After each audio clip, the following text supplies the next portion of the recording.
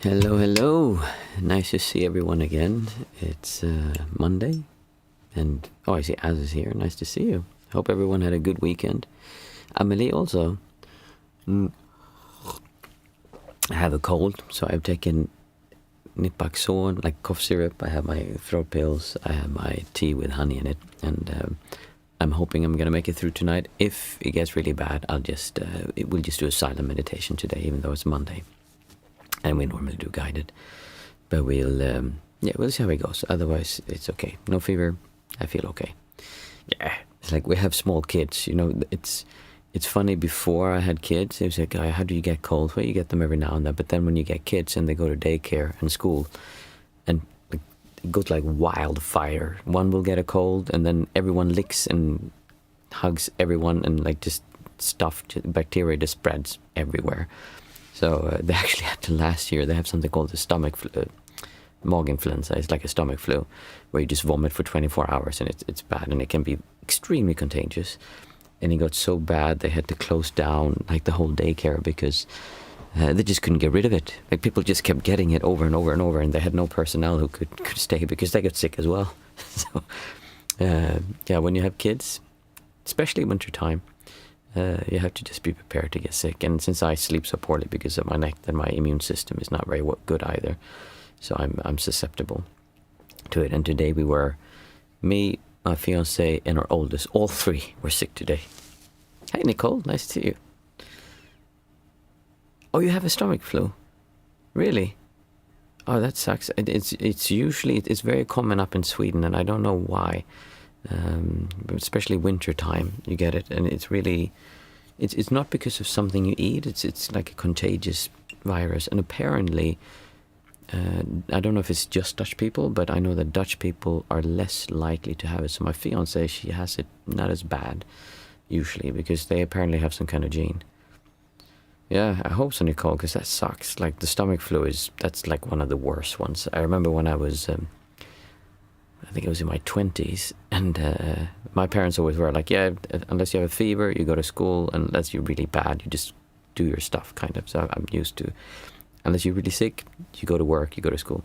And I was so bad, I couldn't drink. As soon as I tasted water, it came out again. And like I had diarrhea, I was vomiting. For 24 hours, I couldn't get any liquid in me. And I was like, oh, I have to call the hospital. Like, I'm like, no, it's fine. You'll be okay. So it can be, the stomach flu, that's really hard. This is like nothing in comparison, Nicole. So I hope you, I hope that passes soon because that's no fun. Hey, Stephen, nice to see you as well. So I count 1, 2, 3, 4 people at least on the like, who are chatting. And obviously I hope you get better soon, Nicole. And there's usually more people who don't chat. And in my chat, it shows that there's like one person watching. It's so bizarre. I just don't understand what's wrong with it. But I'm happy you're here. Unless you're bots and you don't actually exist. And we're all living in the Matrix. I've had interesting thoughts. I'll tell you a story about a friend that I have who... I knew her back when I went to the university. Very kind woman, like really kind. Always was a bit insecure and a little bit didn't know where she was going. She had moved from the city she lived, and you could feel like she was looking for somewhere to belong. There's some people who just don't feel like okay, here are my friends, I belong here, and I live here. So they kind of move around and they're trying to find. Like she had lots of friends, and we were a very closely knit group of people, and she was part of that. But I always felt like she was looking for something. And then she got married. She had 3 boys. 3 boys. Oh my goodness. I have 1 boy. Oh my goodness. So probably pretty tough to take care of them. But she loved her family, and she had a guy that she lived together with. She was married, I think. Then she became spiritual, and she saw that there was another way of viewing the world. And so she got a divorce, and she started working as I'm not sure what she calls herself. I know she does hypnotherapy, and she does healing, and she does like all kinds of things. And I remember talking to her, and she started a business with this, and it's very popular because this is something that's easy to sell. A lot of people go through life, especially mothers, and you devote your life, well, fathers also, but you devote your life to your family, and that's all you do, and you don't take any time for yourself. And I think for someone who hasn't gone through that, it's difficult to understand how much of yourself you give up when you become a parent. And especially mothers, and I'm stereotyping now, like in general, how mothers tend to be, like they tend to take on more responsibility for the kids. I don't know if that's the case in their relationship, I don't know, but it's quite common that women take on the role as the caretaker of the children, and so they put all their own plans on hold, and all their own dreams, all their desires, and everything you do revolves around making sure there's food, that the household is working, that everyone's happy, that people get to their activities, and it's a lot of work. So then people see spirituality and say, oh, there's another way of living life. There's something else that I can do with my life, and I have a higher calling, I have a purpose, and I can feel things, and I can intuit things, and this tends to be directed many times towards women who want to find that other part of themselves, and there's so many courses you can take, and so many coaching thingies, and I remember she bought a course that was like really expensive, like very expensive, talking thousands of dollars. I should be selling courses like this. Like, I don't know why I'm not. I tell my fiance sometimes, man, I wish I had no morals and I could just sell all that crap and I could make loads of money, but I can't because I don't believe in it. So I could never sell anything I didn't believe in. And she did that, and then she started selling like high ticket coaching, which is basically where you do coaching and you charge like a few $1,000s. So I think she was like $3,000 or $5,000 per like client. And I know she got burnt out with that, but the content was that she got into a divorce, left her husband, started pursuing this new way of life. And you have to understand, for someone like me who lived in meditation centers, and when I was in Asia, I didn't see it as much. But when I came to Europe and met people, this is so common, you have no idea. My fiance left her boyfriend when she became spiritual and thought that like he didn't fit in that lifestyle.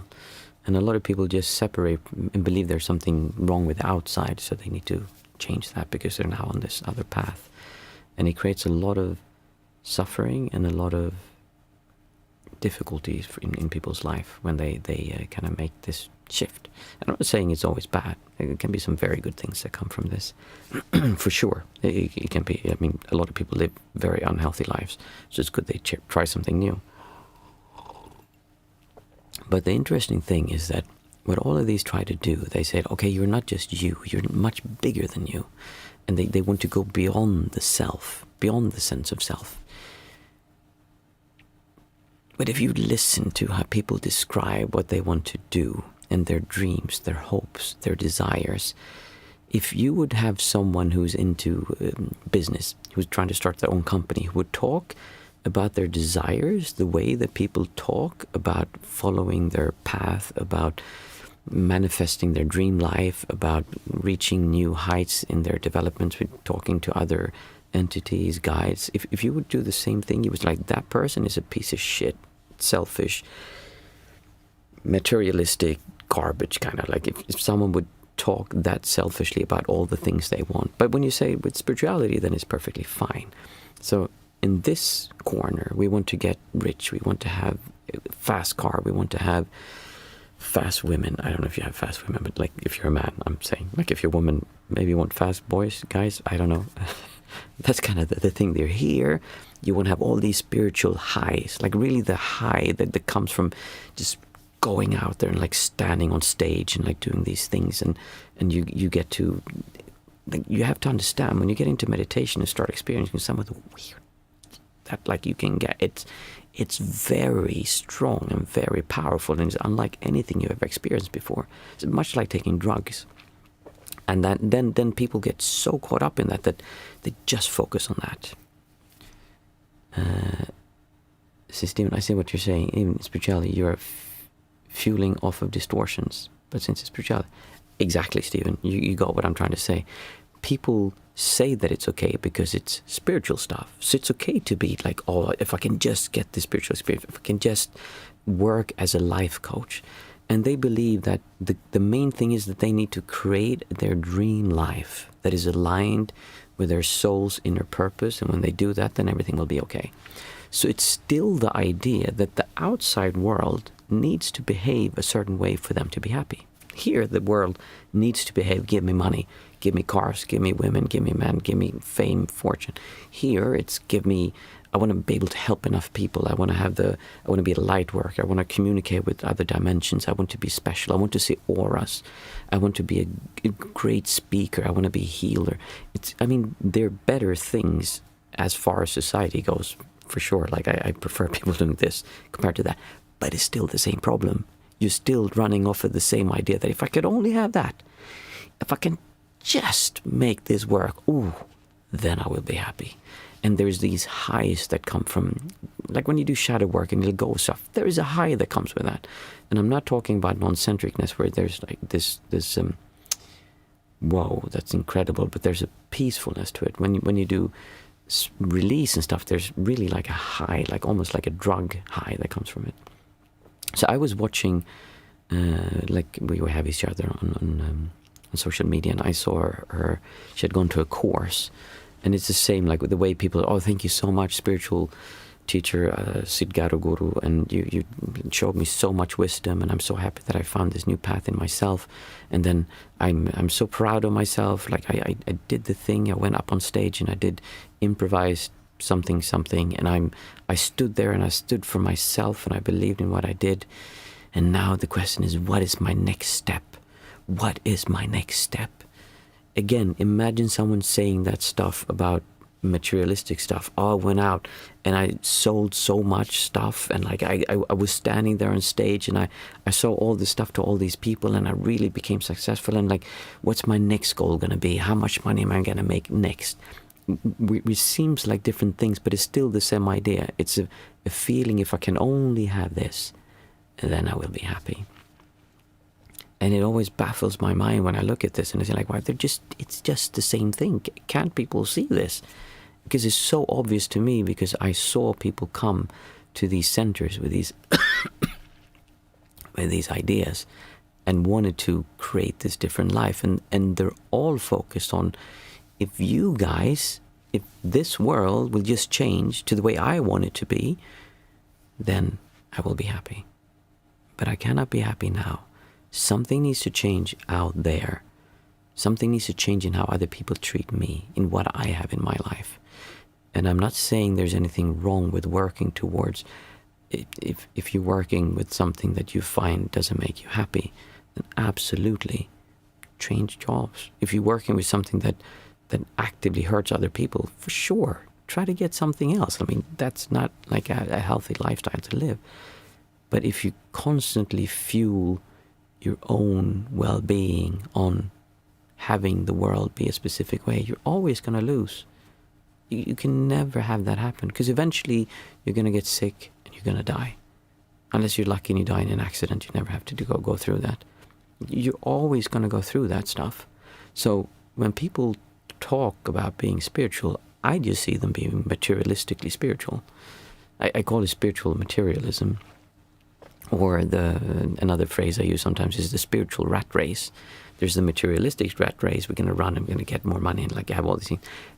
It's exactly the same if you become spiritual. There is a rat race there. So I just hope that people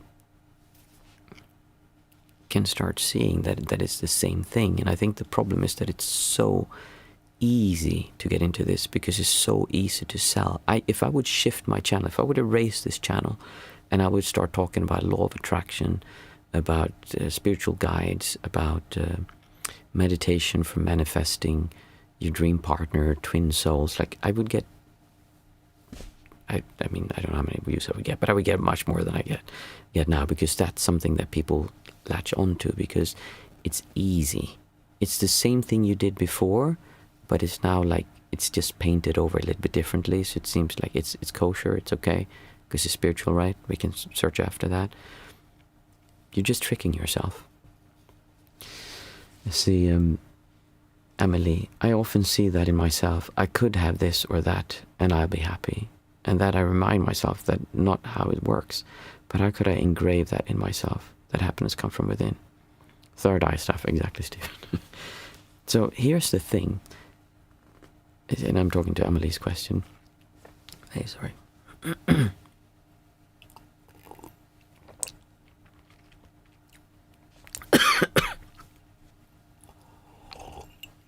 If I just stop abruptly, you know why.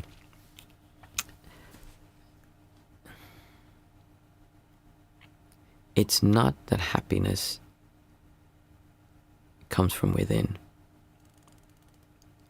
Because happiness doesn't come from within. Happiness just is. And when I say it doesn't come from within, when we say come from within, people say like, oh, if I can just focus on the right things, if I can just bring that up inside of myself. What I'm talking about is more a sense of being in a good mood, just being happy. But it doesn't come from something you do.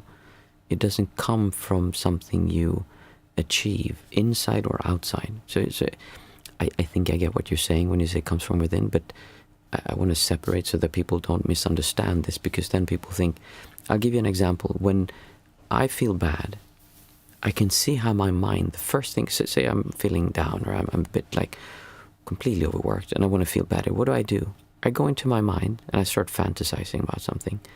I start thinking about, oh, imagine how nice it would, like we're doing renovations on our house now, like we had to redo the whole basement wall. Lots of work, and now I'm sick, so I can't do anything. Imagine how nice it would be if that would be fixed. And I can go in and I can visualize and see for myself, oh, the wall is there. It's just the driveway is ready and like it's painted, it's clean, the wall is done, the windows are in there. We've done the basement, we have the extra rooms we really need because we live so small. That would create a nice feeling inside of me. That's happiness coming from within. But that is happiness because of something. That is me trying to make my distortions feel, this is a nice feeling when I'm sitting with this. I also want to emphasize when I say that, don't do the opposite. Don't sit there and say, oh, I'm feeling nice now. I'm going to stop feeling nice because Martin said, don't feel nice because of stuff. Kind of, no. Like, obviously that is better than sitting, oh, I'm terrible, I'm not worth anything, everything's going to be chaos. So, absolutely, like, don't take that away. But when you start looking at that and you can see, wait, what would happen if I just sat still and notice how my mind wants to run into all these fantasies? Why does it do that? The mind is not the thing. That the thing I'm looking for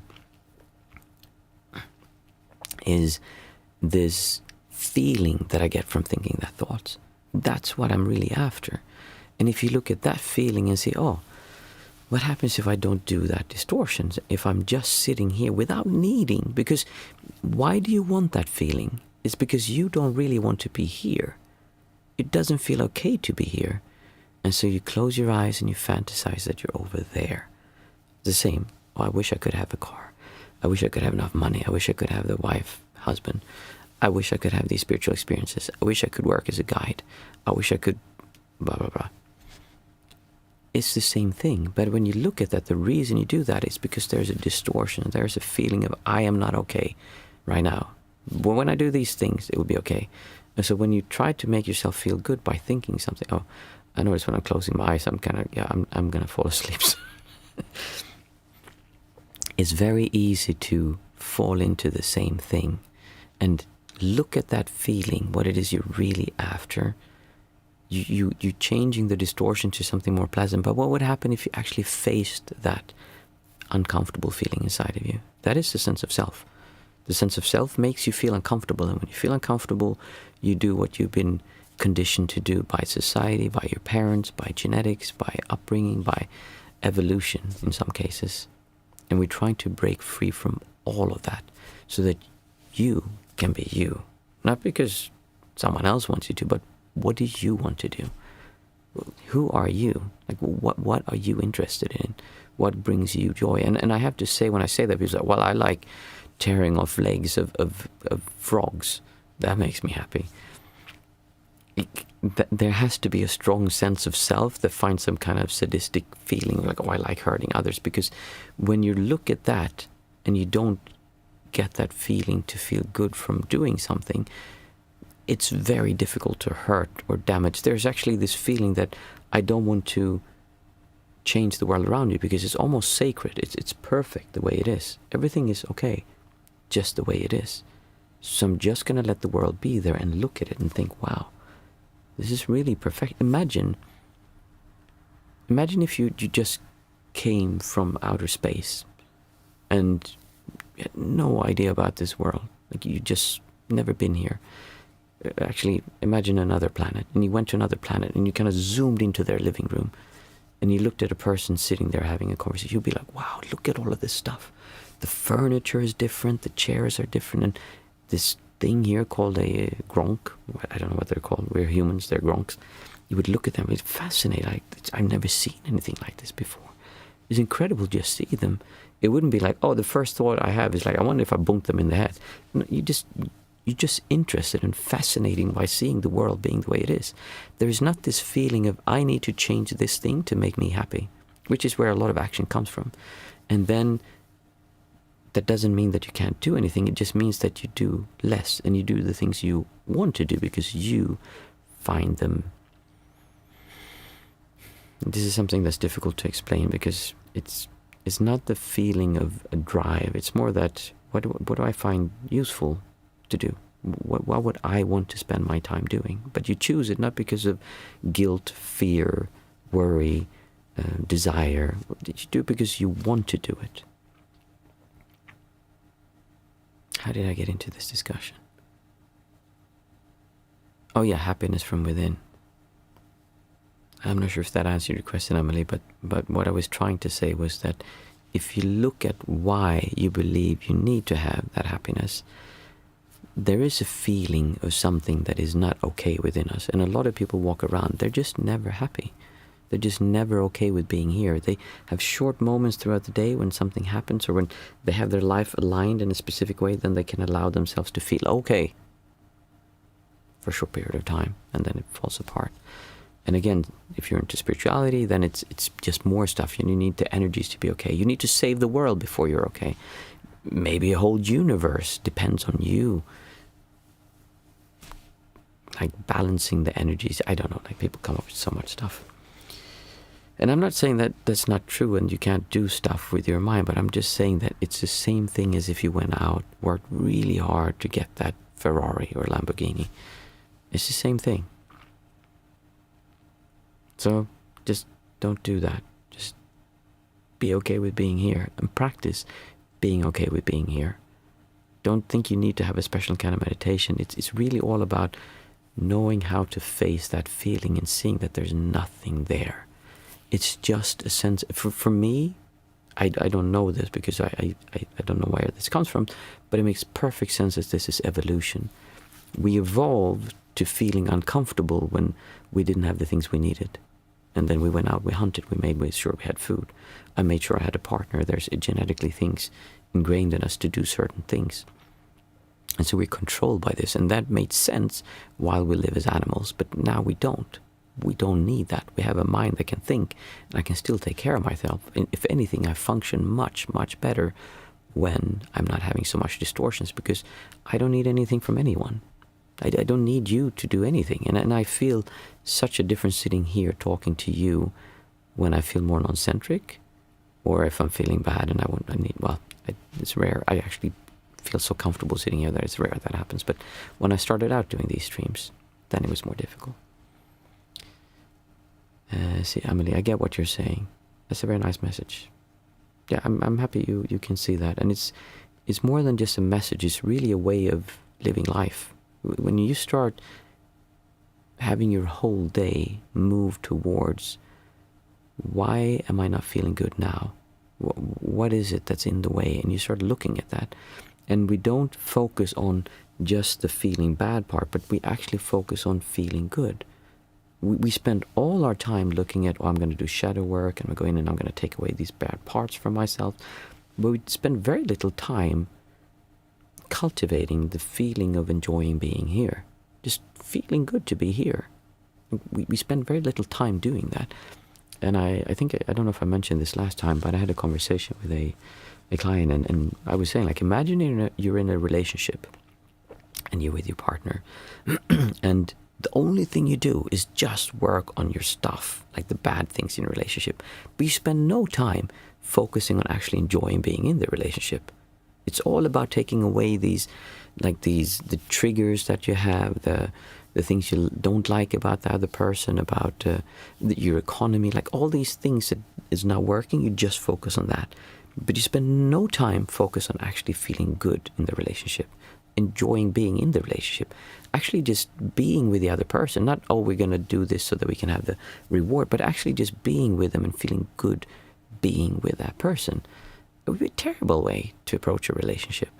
But when it comes to our lives, we just focus on the bad stuff. And people are so obsessed with this. I want to bring up all these triggers, mirrors, and I want to like really go into that so that I can overcome that. And then we believe, oh, I'm just going to magically feel good but when you focus on that, that's what you're moving towards. There really is a way to lean towards feeling good, and you don't need to do all of this stuff.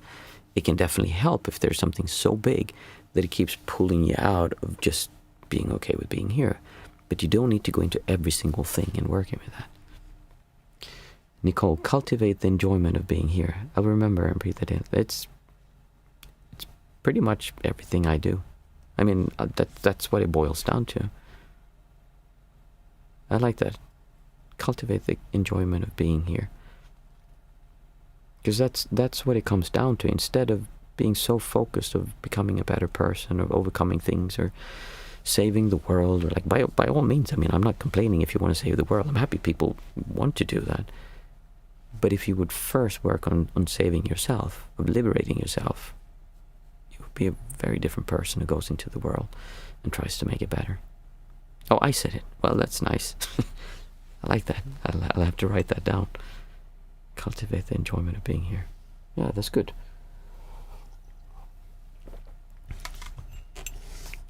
Nice.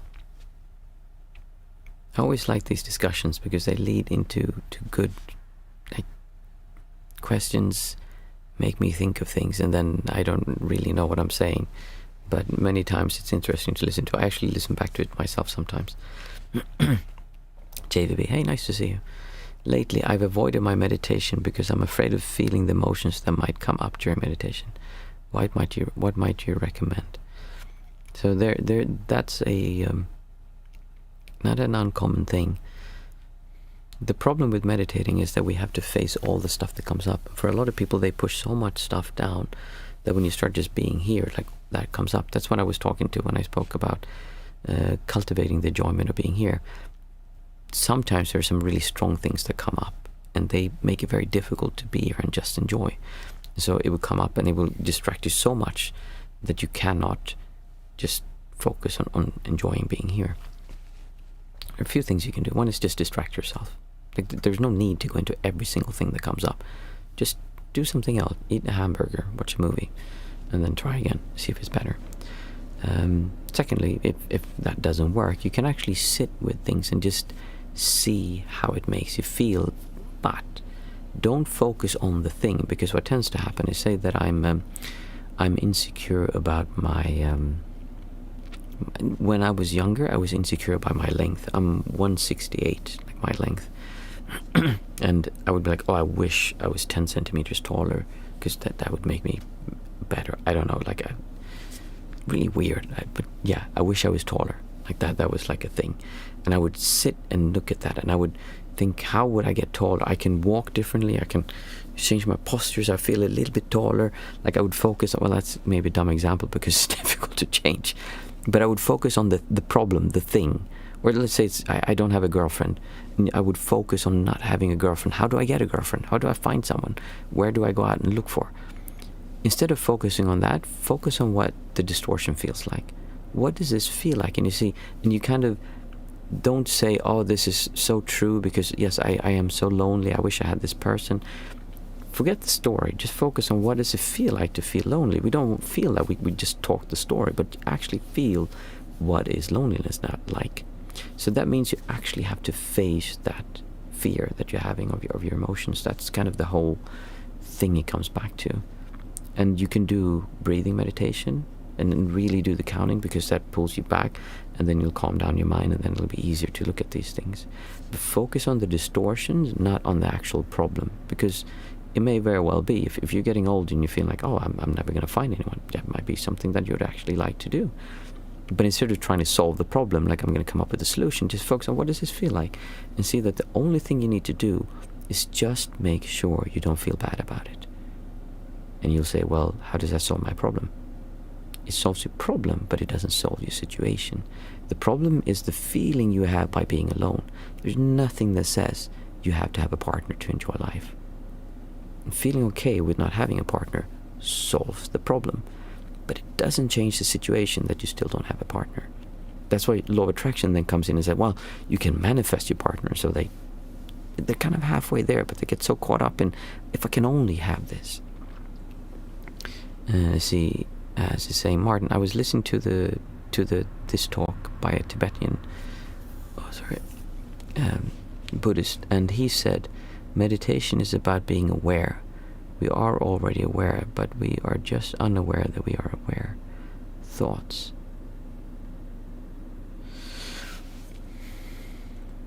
Tibetan, and he said, meditation is about being aware.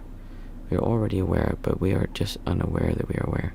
I think that's a little bit like one of those, what monks do, as teachers, we do sometimes, meditation teachers, is that you try to say almost like a koan, something that doesn't really make sense, so that you will go in and look at that, and you think about that. It's not that, you would have to look at your thoughts, and then by doing that, you would change your perspective. It's not really... We are already aware, but we are just unaware that we are aware. Yeah, I would never say something like that, but I could see how if you started thinking about that, you could actually get something useful from it. It could help you do something. But again, I would never practice that way. As JVB, I also had something like this. Martin suggested I just broaden the awareness to include those things, but not focus on them. Oh yes, sorry, we had that in a private conversation. I was saying that the way you would use your technique differently is that when you have that, instead of like feeling I am here and I'm watching over there at this problem, because that's what it feels like when you focus on the situation. Part of the thing that you do, which is to widen your awareness, is just part of the field that you're experiencing, that makes it less to you, because it's just there. When you feel I am here, I'm alone. Again, I'm not saying that's your problem. That's what it feels like. I'm pushing against loneliness, and this polarity comes up. But when you just widen your awareness, it doesn't feel so polarized. It doesn't feel like I'm here and this thing is there. So that can help with making it feel less. Good ask. Thank you for saying that. I should have said that as well. It's good we're helping each other. I'm going to start the meditation soon, but let's see what Emily's saying. I love these streams so much. They make me feel more alive and make me realize being is what I need. Happy to hear that. They do the same thing for me. I actually spoke to my fiancé today, and I said, man, if I just had lots of money, I probably, for now, I probably wouldn't do any videos right now, because I just enjoy the streams much. But I would not stop the streams, because I really do enjoy the streams. And like I said, I might actually start a meditation course physically here in town, which means that one of the streams, unfortunately, would fall away, but nothing that's happening now.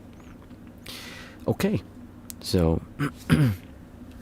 I'm starting to feel that the voice is almost giving out, so I think it's better we start the meditation. I'll talk a little bit less today, and we will hopefully make it through.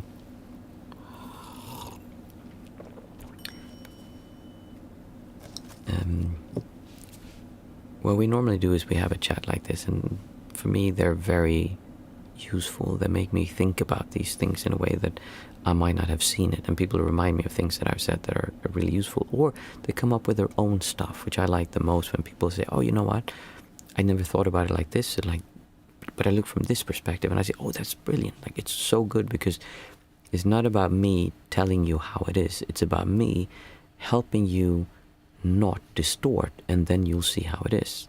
And from that non-distortion, you'll come up with all this stuff. So it's not about me solving your problems, it's about me helping you feel good, and then you'll solve all your problems. And by doing that, you can see how you did it, and you can help others do the same thing, and you can help us do the same thing.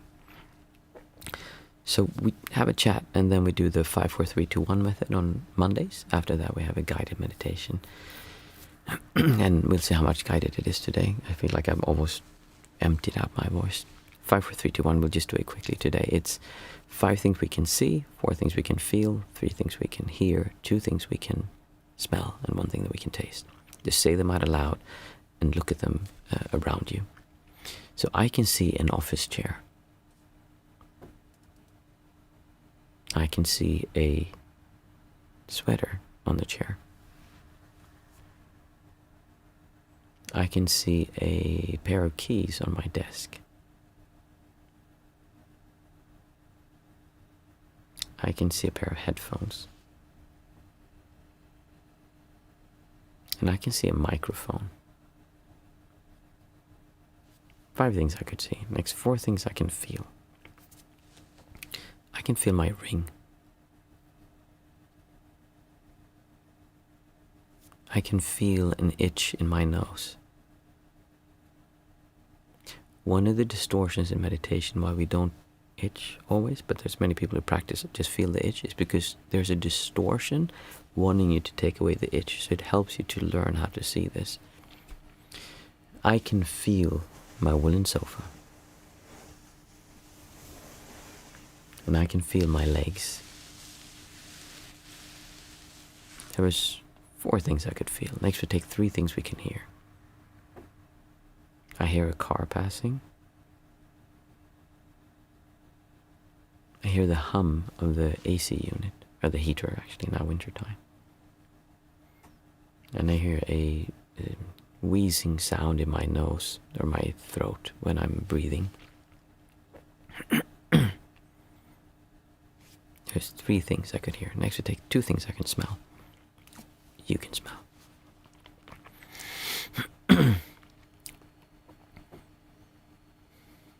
I smell shampoo.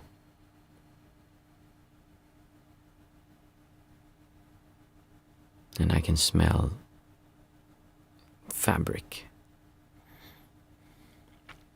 2 things I could smell. Next, 1 thing that we can taste. I can taste a bit of, when you have a cold, the slime tastes a bit bad.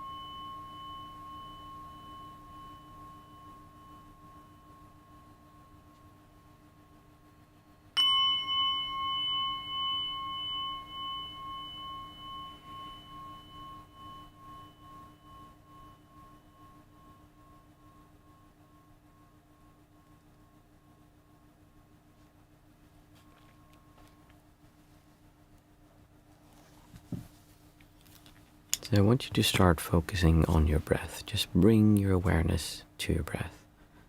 You're not trying to feel every single sensation of the breath. It's just being aware the breath is happening. As we continue, just keep your awareness there and start becoming familiar with what it feels like to be breathing, what it feels like to be aware of breath happening inside of you. The reason we use our breath is because it's, first of all, always there with us. It never disappears. You can always find it if you look for it. And it's something that helps us see what's going on inside of us. It also works as a kind of indicator of how you're doing inside. If you're very stressed, it might be really fast. If you're really relaxed, it'll be slow. And you can actually change your physiology by manipulating your breath, by slowing it down, or just by bringing awareness to your breath. We tend to calm down, slow down, and make the breath slower. And it's something that just happens automatically when you put your awareness on your breath. And breathing slowly is very good for the health. It really helps with I was gonna say keeping you healthy, but I'm just sick now even though I breathe slowly, so apparently it's not magic, but it does help. And there's a lot of talk about that if you look at something called potato. So slowing down the breath helps, but most of all we use it as a way of staying aware of what's happening instead of disappearing into our thoughts. And when you get used to this, you'll be able to follow your breath throughout the day. It's not that difficult to be aware of your breath the majority of your day. Not every minute detail, but just being aware that there's breath happening. It becomes automatic. And when you're able to do that, you can be aware of, how am I doing right now? How am I feeling? Am I enjoying being here? Or am I feeling uncomfortable being here? That's what we're really trying to move towards. We can use the breath to calm ourselves down. We can use it as an anchor, as a way to be aware. But ultimately, we're using it as a tool to help us learn how to be aware of your current state of mind, or your current state of distortion. Are you uncomfortable, or are you comfortable? So looking inside, ask yourself right now, as you're aware of your breath, how am I doing right now? Am I okay sitting here? Or is there a feeling of uncomfortableness, of, oh, I need to move away from here, I need to change something, I shouldn't be just sitting still, or I don't feel really calm. Look at that feeling and see what that feels like. It might be connected to saying, oh, well, I have this thing I really need to do tonight before I go to bed. And that makes you feel a distortion. So I can't really sit here. Well, I'm going to sit here because I was supposed to. And you can feel what that feels like. For the next 20 minutes, you cannot do anything about that, because you're sitting still with your eyes closed.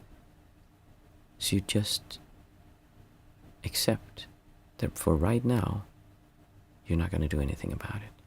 What does that feel like? Can you feel that feeling inside of you? A feeling of uncomfortableness, of I need to move over there.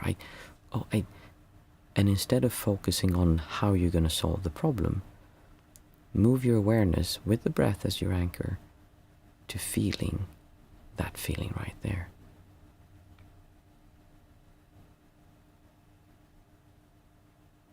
Now, to make it a little bit easier to do this, we will do a technique where we're going to count the breaths from 1 to 8 and then down again from 8 to 1. And then we'll get back to looking at this feeling of not really wanting to be here, but wanting to be over there. And I'll do it together with you once, and you can continue, and then we'll get back to the exercise we started. So, breathing in and out. 1. In and out. 2. In and out. 3. In and out. 4. In and out. 5. In and out. 6. In and out. 7. In and out. 8. In and out. 7. In and out. 6. In and out. 5. In and out. 4. In and out. 3. In and out. 2. In and out. 1. Now keep counting your breath from 1 to 8. and then down again from 81 as we breathe in and out. 1, in and out.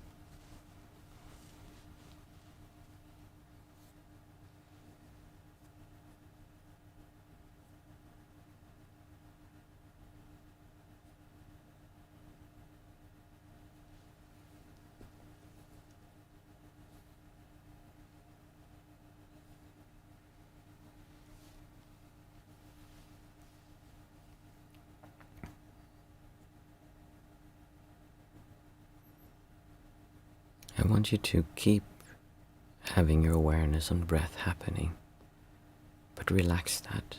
You can stop the counting if you want to, and instead start focusing on what we said before. We tend to focus on the problem that we have, finding solutions, finding ways of overcoming this situation so that we will feel happier. But I want you to instead focus on, what does it feel like to have this situation happen?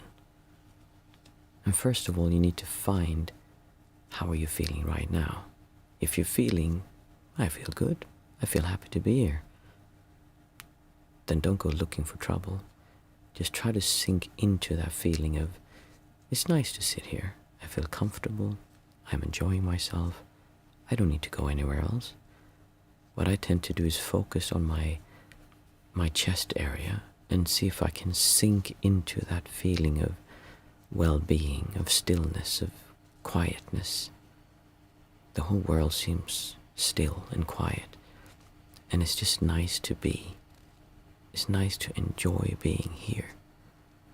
Instead of looking for something to break down, look for that enjoyment of being here and sink into that.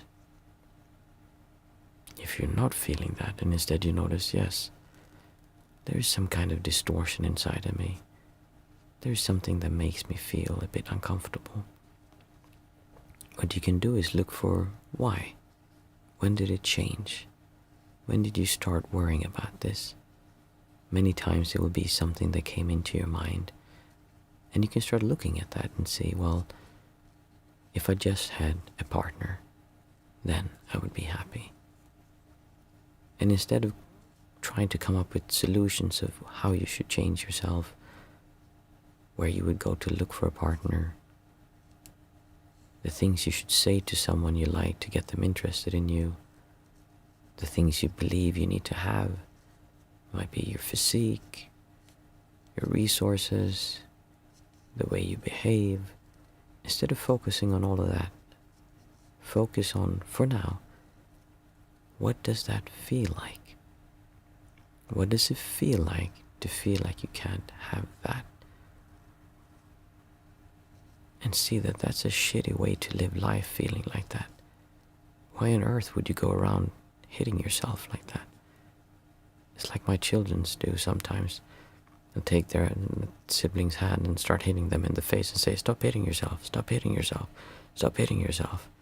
And they're laughing, and they're like, I can't stop it because the other person's doing it.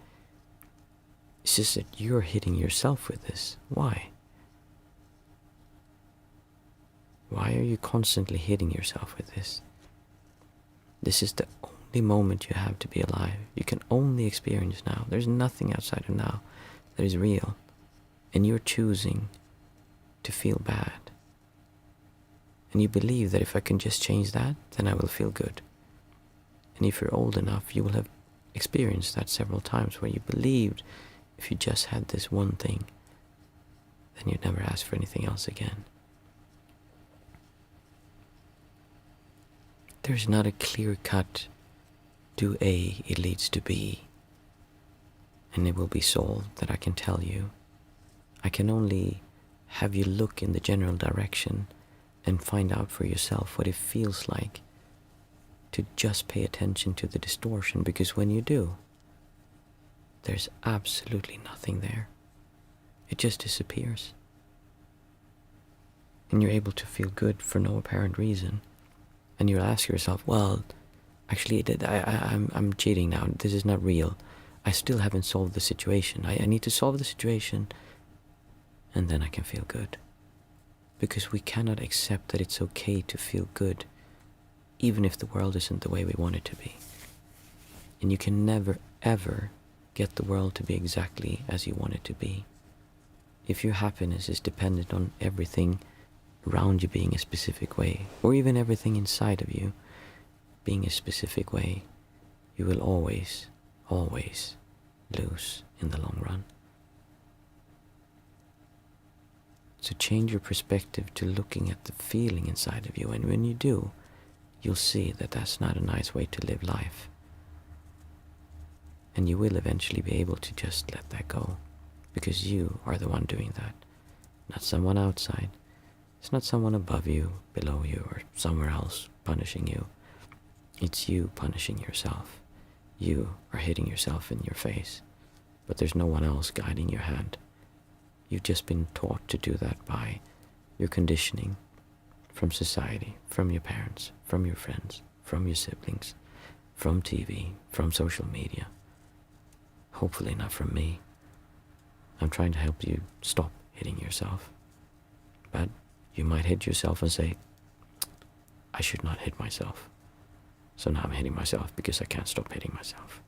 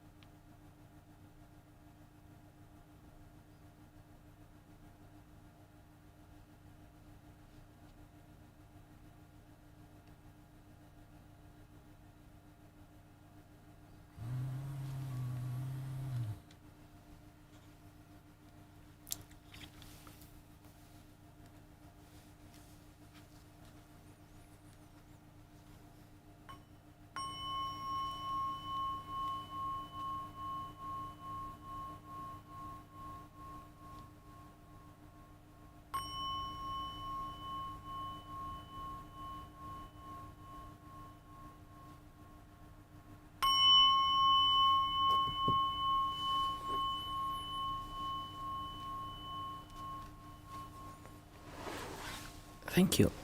It was a very nice sitting for me, and I hope you enjoyed it. I hope that it was not too messy. I noticed when I closed my eyes, everything started spinning, and I had no idea what I was saying. It felt like I was just rambling. So I apologize if it was a bit unclear. Hopefully you were able to follow the meditation anyway.